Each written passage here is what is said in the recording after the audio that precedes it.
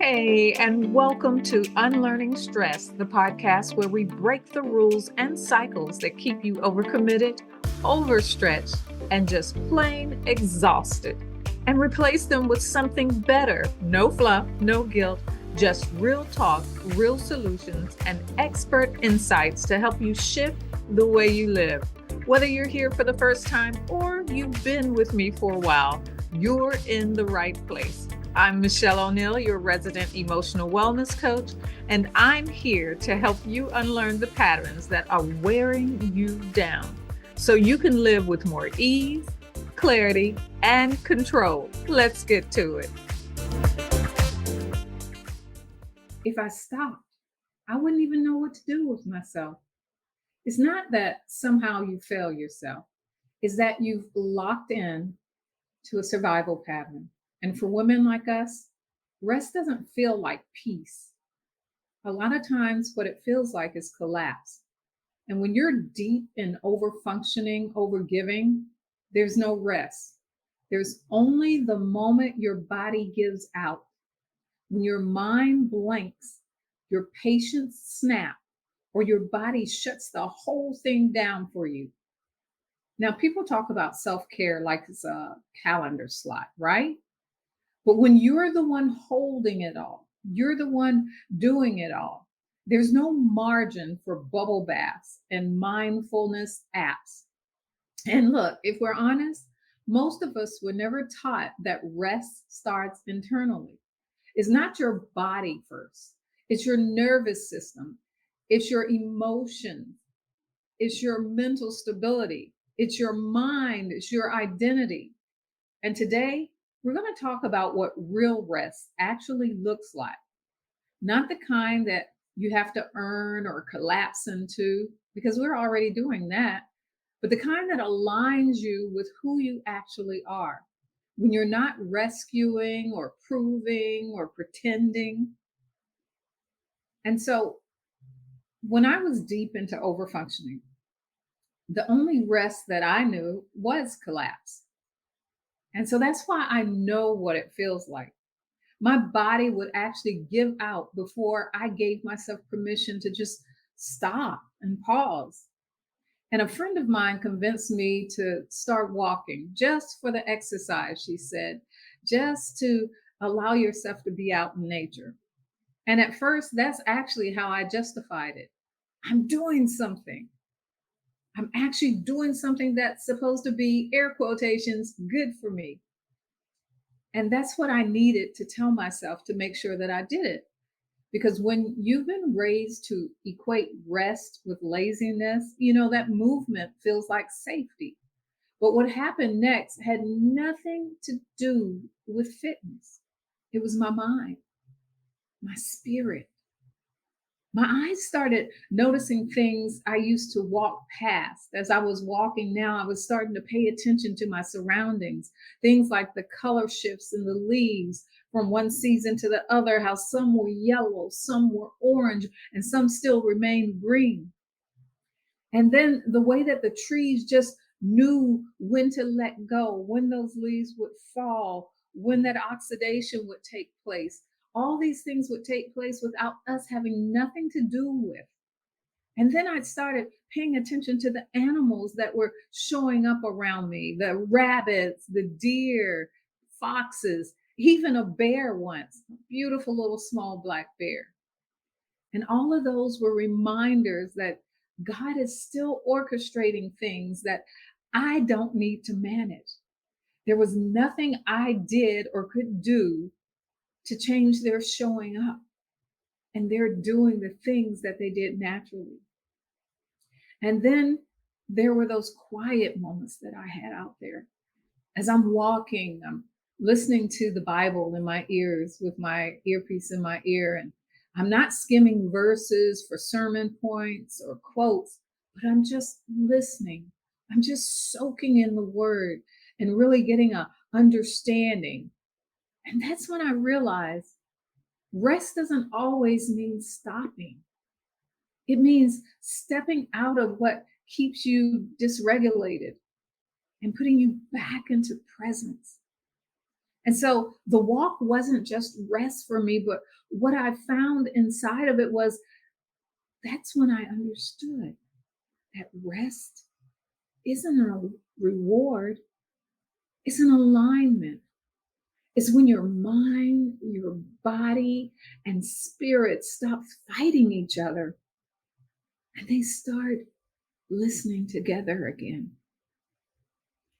And I used to think that I was resting. But the truth is that even when my body sat down, my mind didn't. I wasn't still, I was scanning constantly. Even if I didn't have a to-do list in front of me, my eyes would find one. The picture on the wall is crooked. The dish on the counter still needs to be rinsed. The corner over there, I could declutter it. I could be sitting there, supposedly resting. But if I noticed whatever was off, whatever needed to be taken care of, I had to fix it and I couldn't let it go. It was still on my mind. Even if I turned away from it, I kept remembering when I stopped resting, air quotation marks, I had to do that. And if I didn't, it would sit in the back of my mind like a loose wire buzzing. That wasn't rest.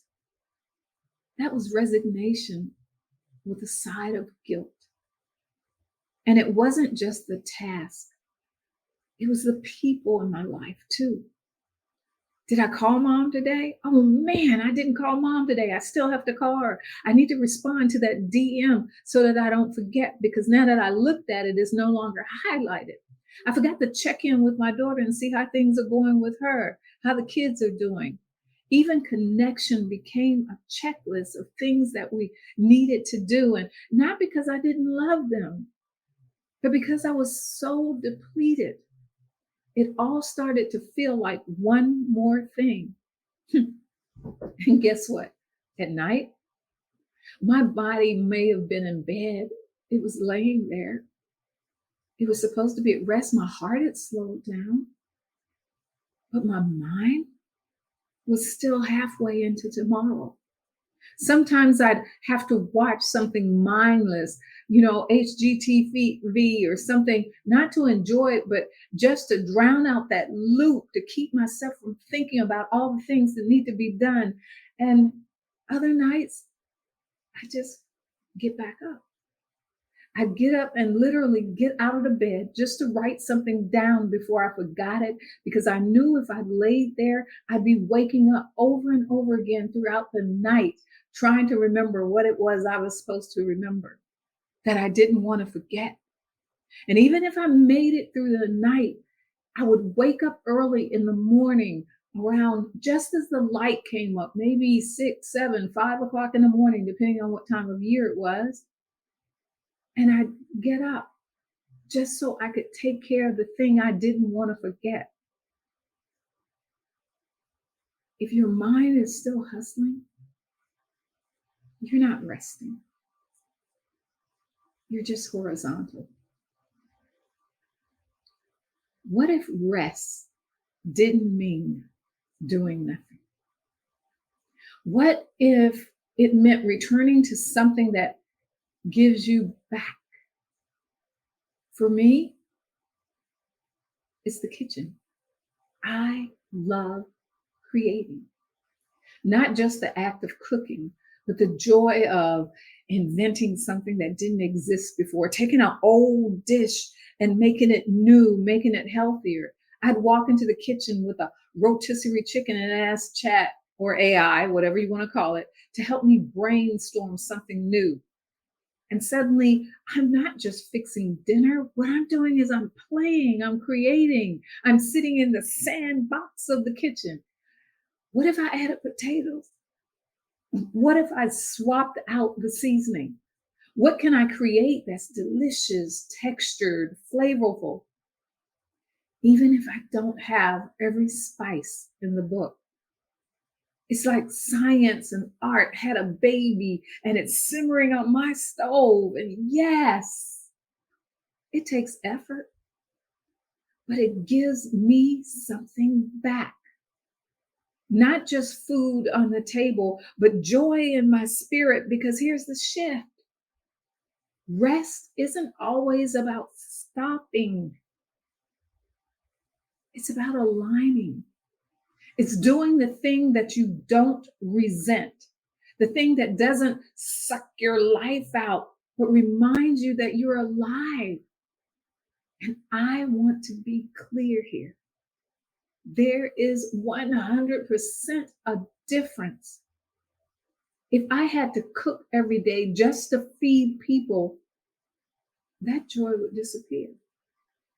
Because then I'm thinking of what to fix, what to come up with, how to make it different. It becomes a chore. But I don't have to. And so I cook because I want to. Because there's something in me that lights up when I create. And I love when I get to sit my creation before those that I love, and they can have joy in it with me. So I want to ask you, what's something that you do that even when it takes energy gives you something back? Not scrolling, not zoning out, but something that reintroduces you to yourself. And here's what I've learned. Sometimes rest doesn't look like doing nothing. Sometimes it looks like folding the seasons, as I call it. I mean that literally. Because when I'm moving clothes from one season to the next, when I take down the summer clothes to bring in the fall clothes, to me, it's almost like going shopping in a new closet and rediscovering things that I even forgot I had. And it's like folding sweaters that I won't need for months, or folding short sleeve tank tops that I won't need for a while. It's making space in the drawers for what's coming. It's not just organizing, it's clearing out.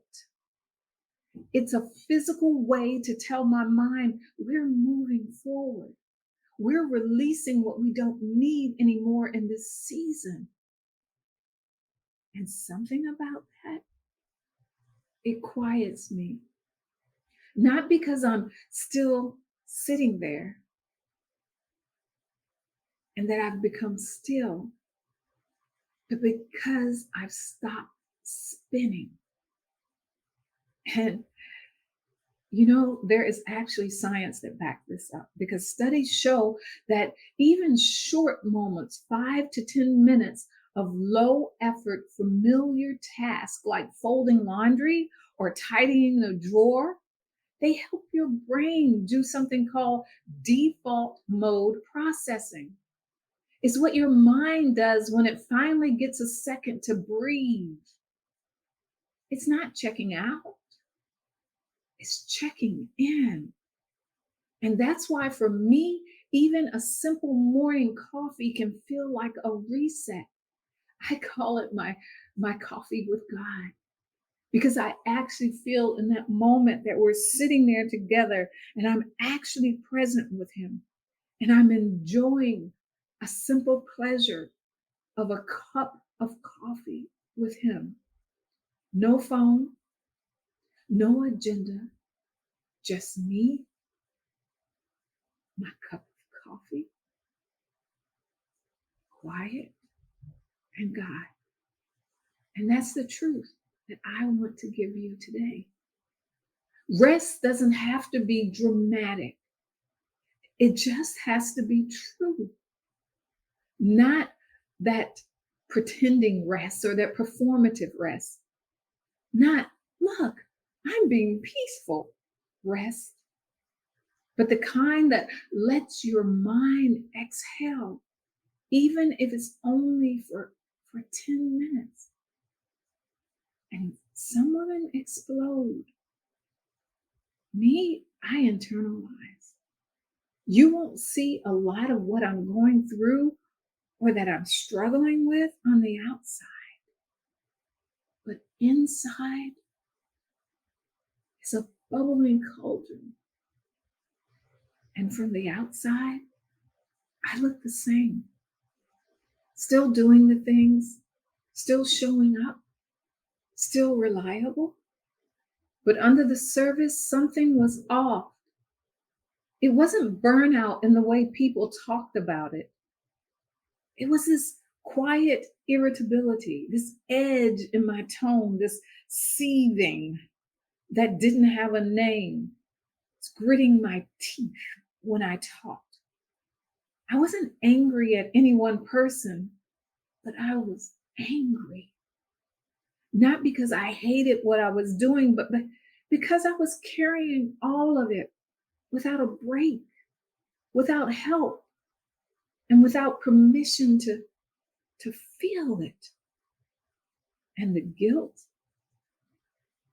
it wasn't about what I had done. It was about the way I felt while doing it. Like, why am I still mad? Why does this feel like pressure? Why do I want to disappear for 2 days just so I can hear myself think? And deep down, I knew it wasn't about the task. It was about the fact that I had been operating outside of myself for too long, doing what's expected, doing what felt necessary, but no longer doing it from a place of peace. And that's what happens when we get disconnected from alignment. We start performing and pretending who we are in life instead of actually living our life. Look, before we close, I want to invite you to do something with me. If you're driving, I just want you to stay focused on your driving, okay? That's important right now. But if you're home or sitting in your car somewhere or sitting on a park bench somewhere alone listening to this podcast, I want you to pause for a moment and let this be your 1-minute reset. I want you to take a breath. I mean, like a real one. And let your shoulders fall. Let your jaw unclench. And I want you to just listen. I want you to ask yourself this one question. Where do I feel most like me? Not where do I feel most useful? Not where do people need me most? But where do I feel most like me? Maybe it's when you're walking quietly with your earbuds in. Maybe it's your morning coffee before anyone else wakes up. Maybe it's a creative space, a cozy chair, or folding your thoughts alongside with folding your clothes. Whatever it is, hold it. Hold it. That's not selfish. That's alignment. And this week, I want you to build around that. Just one pause, one rhythm, one listening to what alignment feels like for you, one moment that gives you back to yourself. And if something in you exhale today, even just for a little bit, if you felt seen or you felt safe, or even just a little curious about what it would look like to live more aligned, I want to invite you to something special. Right now, I'm opening a few slots for a 3-day experience that I've created. because I have the capacity and you're just that important. And it's a space where you don't have to perform or pretend or prove or piece yourself together. It's quiet, it's intentional, and it's designed to help you reconnect with the version of yourself that doesn't just survive, but leads from a place of truth and peace. It's finding out what that one loud pattern is in your life that's keeping you in this spiral and interrupting it. And if that sounds like something that you'd like to explore, I'm going to put the link in the show notes. So click it when you're ready, and we'll talk. And we'll walk through it together. I'm so glad that you allowed me to talk with you today, to have this conversation, because you're that important. Until next time, take care. Bye-bye. If this episode hits home, don't just push it aside. Lean into it. Subscribe so you don't miss what's next. And connect with me on YouTube, LinkedIn, and Substack, where we go even deeper. Links will be in the comments. And if you're ready to start unlearning the patterns that keep you stuck, keep listening, because real change happens one choice at a time. I'll see you next time. Take care. Bye-bye.